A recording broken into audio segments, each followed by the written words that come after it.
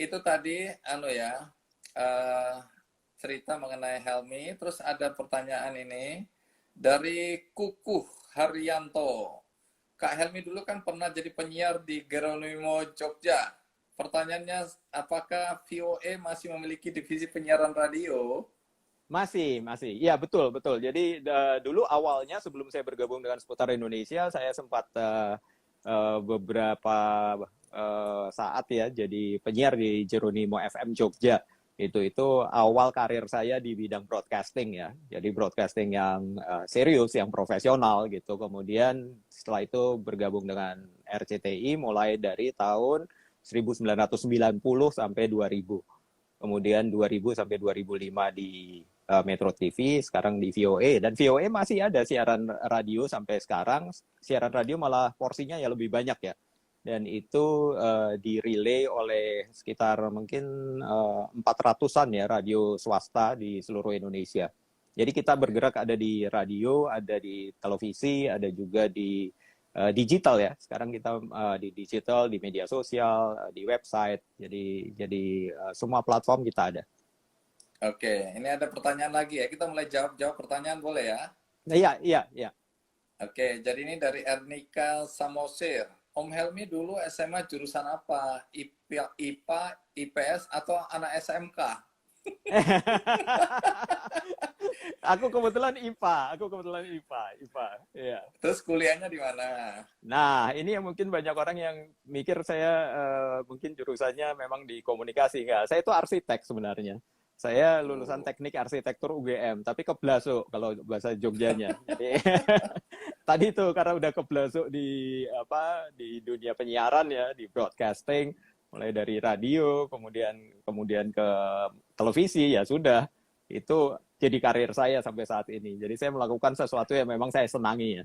Jadi yang saya senangin memang dunia televisi, dunia pemberitaan televisi, saya jalanin sampai sekarang di VOA.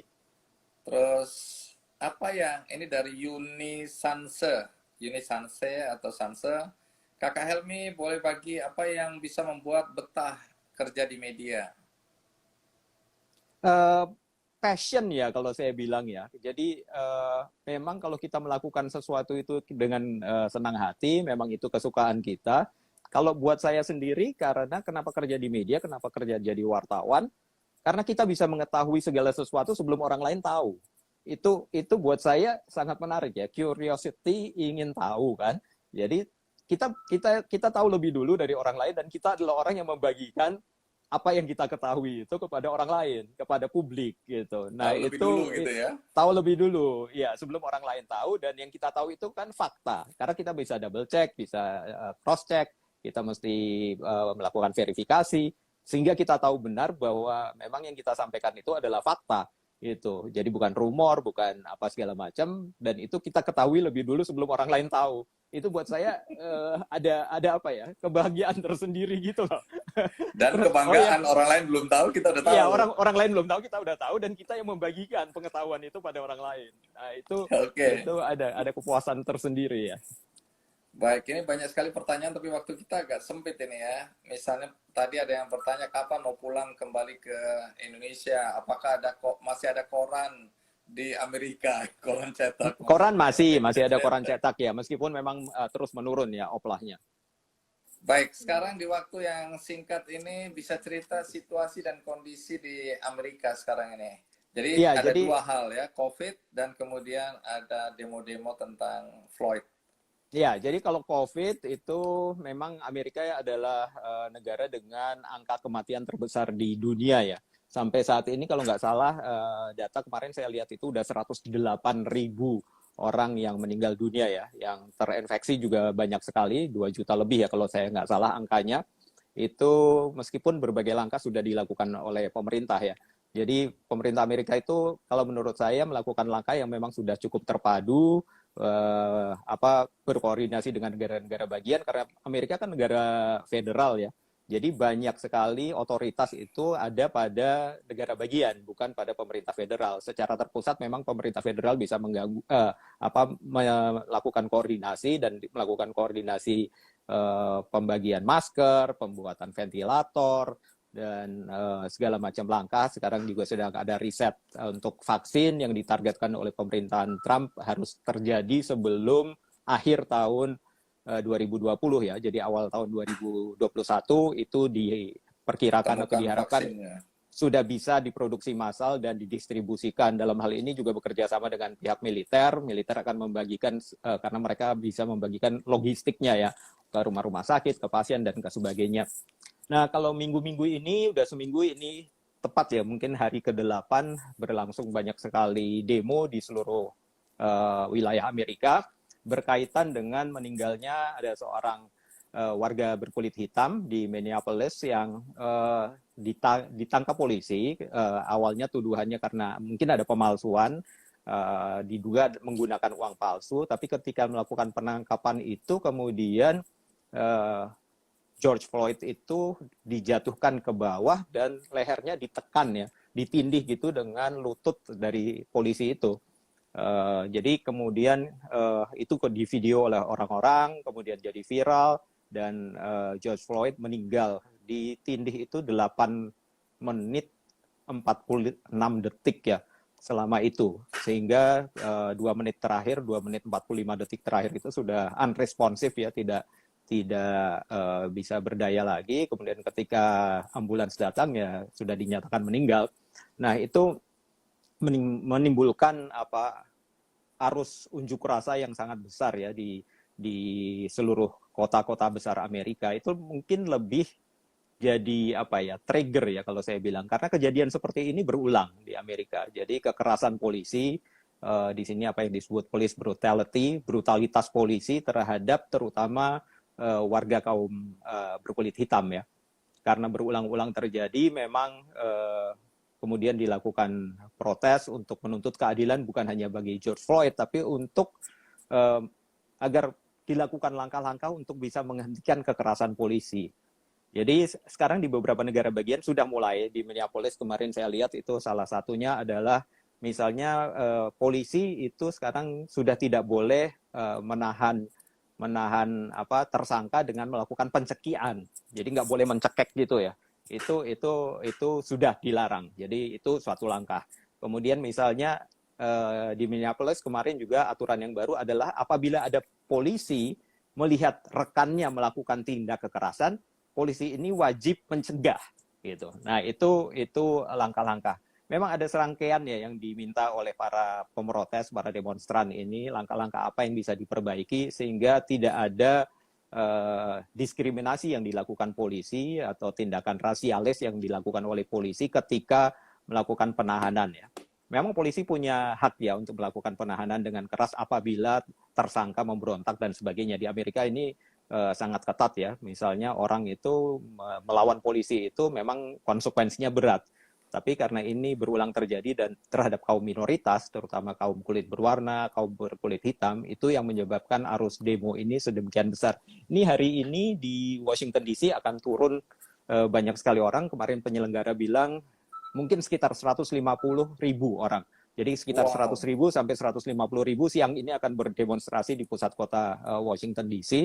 Dan wali kota Washington Muriel Bowser juga menyatakan agar semua para pendemo ini agar berhati-hati, menjaga jarak, karena memang kalau demo kan susah ya Mas Andi ya. Bagaimana orang bisa mempertahankan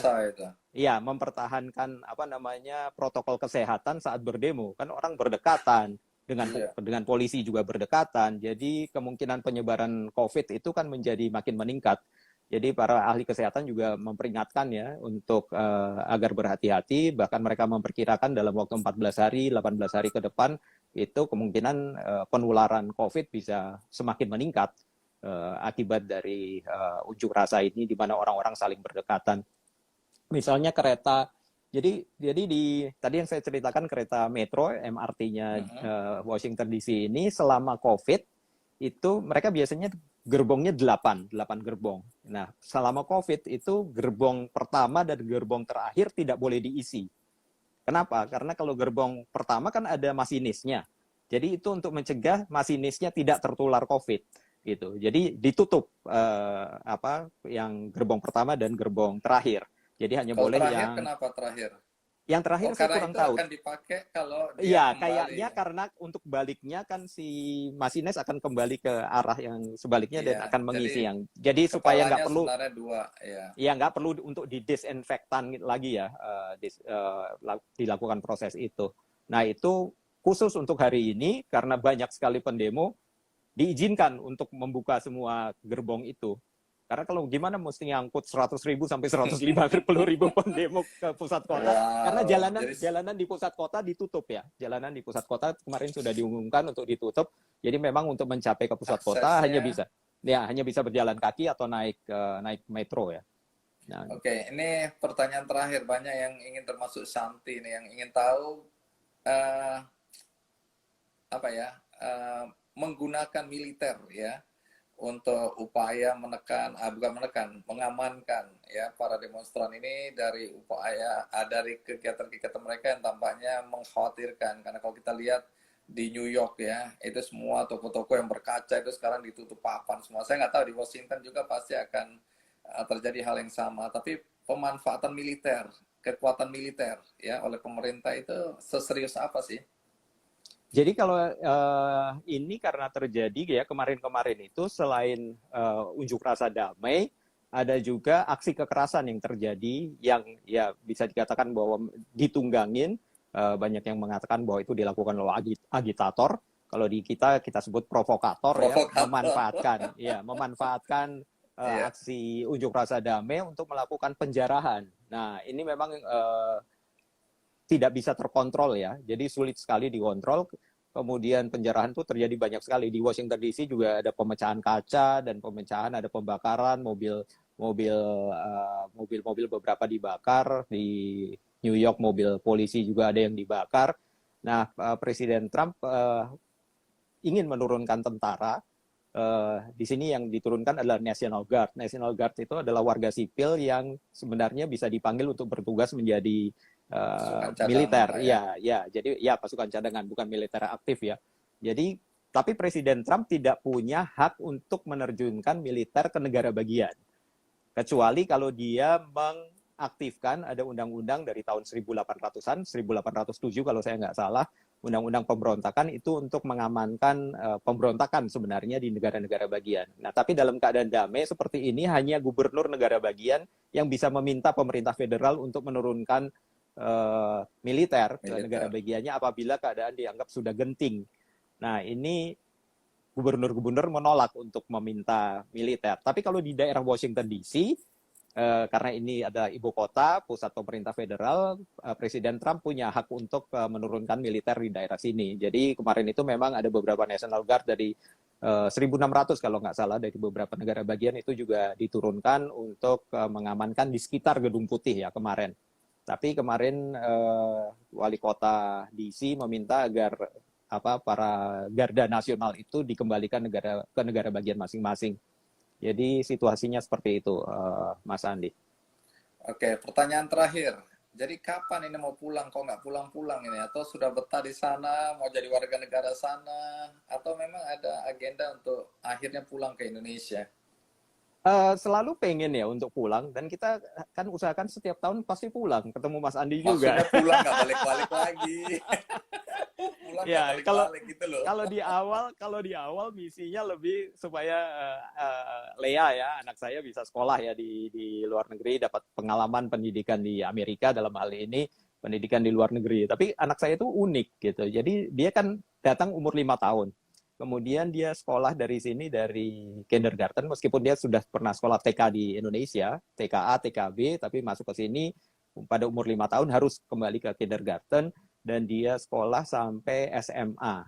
Nah, di kelas-kelas 1, kelas 2 SMA, dia tiba-tiba minta, aku pengen rasain sekolah di Indonesia gimana, gitu. Karena aku kan sekolah di sini terus, nggak pernah tahu bagaimana sekolah di Indonesia. Karena waktu TK kan dia sudah nggak ingat ya.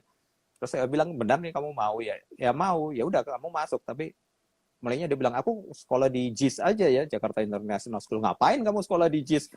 Mendingan sekolah di sini kalau sekolah di JIS. Kalau kamu mau sekolah di Indonesia, kamu sekolahnya di sekolah negeri. Itu.